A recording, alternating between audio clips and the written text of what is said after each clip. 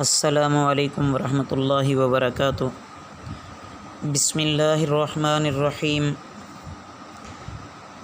عزیز طلبہ، تعلیم الاسلام کے آج کے سبق میں ہم تکبیرات تشریق کے بارے میں پڑھیں گے۔ توجہ کیجیے۔ بسم اللہ الرحمن الرحیم۔ تکبیرات تشریق سے کیا مراد ہے؟ جواب: ایام تشریق میں فرض نمازوں کے بعد تکبیریں کہی جاتی ہیں، انہیں تکبیرات تشریق کہتے ہیں۔ سوال: ایام تشریق کون کون سے ہیں؟ جواب: ایام تشریق 3 دن کا نام ہے۔ ماہ ذی الحج کی 11ویں، 12ویں اور 13ویں تاریخوں کو ایام تشریق کہتے ہیں۔ سوال: تکبیرات تشریق کب سے کب تک واجب ہیں؟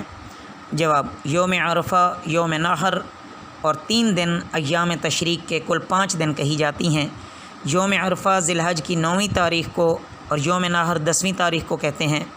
9ویں تاریخ کو نماز فجر کے بعد سے تکبیر شروع ہوتی ہے اور پھر ہر فرض نماز کے بعد 13ویں تاریخ کی عصر تک تکبیر کہنا واجب ہے۔ فرض کا سلام پھیرتے ہی آواز سے تکبیر کہنا چاہیے، البتہ عورتیں آواز سے نہ کہیں۔ اگر امام بھول جائے تو مقتدی ضرور کہیں، پھر بھی جس سے امام کو بھی یاد آ جائے گا وہ بھی کہہ لے گا۔ سوال: تکبیر تشریق کیا ہے اور کتنی مرتبہ پڑھنی واجب ہے؟ جواب: تکبیر تشریق تو یہ ہے: اللہ اکبر لا الہ الا اللہ واللہ اکبر وللہ الحمد، اور اسے ہر فرض نماز کے بعد 1 مرتبہ پڑھنا واجب ہے۔ اس کے بعد عزیز طلبہ، جنازے کی نماز کا بیان ہے۔ سوال: میت کی نماز فرض ہے یا واجب یا سنت؟ جواب: یہ فرض کفایہ ہے۔ اگر 1-2 آدمی بھی پڑھ لیں تو سب کے ذمے سے فرض ساقط ہو جائے گا، اور کسی نے بھی نہیں پڑھی تو سب گنہگار ہوں گے۔ سوال: جنازے کی نماز کی کتنی شرطیں ہیں؟ جواب: یہ 5 شرطیں ہیں کہ میت کا مسلمان ہونا، نمبر 2 میت کا پاک ہونا، نمبر 3 اس کے کفن کا پاک ہونا، نمبر 4 سطر کا ڈھکا ہوا ہونا، نمبر 5 میت کا نماز پڑھنے والے کے سامنے رکھا ہوا ہونا۔ یہ شرطیں تو میت کے متعلق تھیں، اور نماز پڑھنے والے کے لیے سوائے وقت کے باقی تمام وہی شرطیں ہیں جو نماز کی شرائط میں تو ہم پڑھ چکے ہیں۔ سوال: نماز جنازہ کی پوری ترکیب کیا ہے؟ جواب: نمبر 1 نماز کے لیے صف باندھ کر کھڑے ہوں۔ اگر آدمی زیادہ ہوں تو 3 یا 5 یا 7 صفیں بنانا بہتر ہے۔ جب صفیں درست ہو جائیں تو نماز جنازہ کی نیت اس طرح کریں کہ میں اللہ کے واسطے اس جنازے کی نماز اس میت کی دعائے مغفرت کے لیے اس امام کے پیچھے پڑھتا ہوں۔ پھر امام زور سے، باقی جو یہ رواجن جو نیت بنی ہوئی ہے، بہرحال مقصود یہ ہے کہ دل سے نیت کر لے تو بھی ہو جائے گی، زبان سے جیسے الفاظ کہے، لیکن الفاظ خلاف شرع نہیں ہونے چاہیے، صحیح الفاظ ہونے چاہیے۔ علماء سے پوچھ کر مزید کہ اس کے بارے میں ہم ایسے الفاظ اگر نیت میں کہہ لیں تو آیا یہ جائز ہے یا نہیں ہے۔ تو بہرحال یہاں صاحب کتاب نے خود ہی بیان فرما دیا ہے کہ اگر زبان سے بھی نیت کریں تو ایسے کریں کہ میں اللہ کے واسطے اس جنازے کی نماز اس میت کی دعائے مغفرت کے لیے اس امام کے پیچھے پڑھتا ہوں۔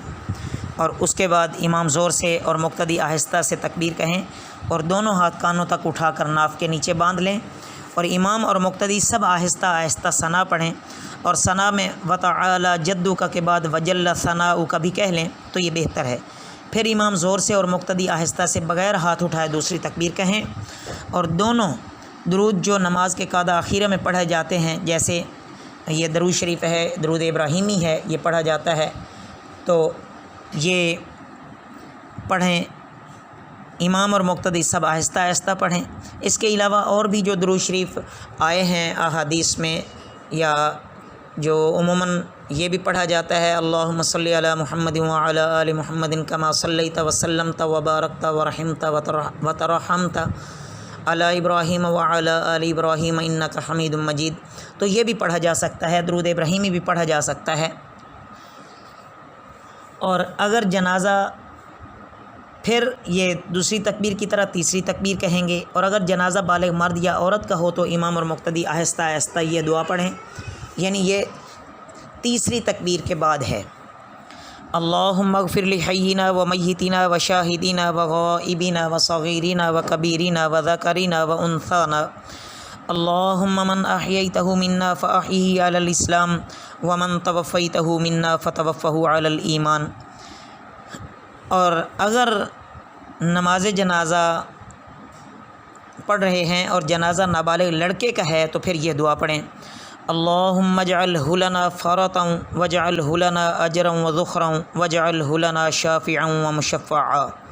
تو عزیز طلباء ساتھ میں دعا کا ترجمہ بھی کر لیتے ہیں کہ اللہم اغفر لحینا ومیتنا والی دعا کا ترجمہ کہ اے اللہ ہمارے زندوں اور مردوں اور حاضرین اور غائبین اور چھوٹے اور بڑوں اور مردوں اور عورتوں کو بخش دے۔ اے اللہ ہم میں سے جسے تو زندہ رکھے اسلام پر زندہ رکھیے، اور جسے وفات دیں اسے ایمان پر وفات دیں۔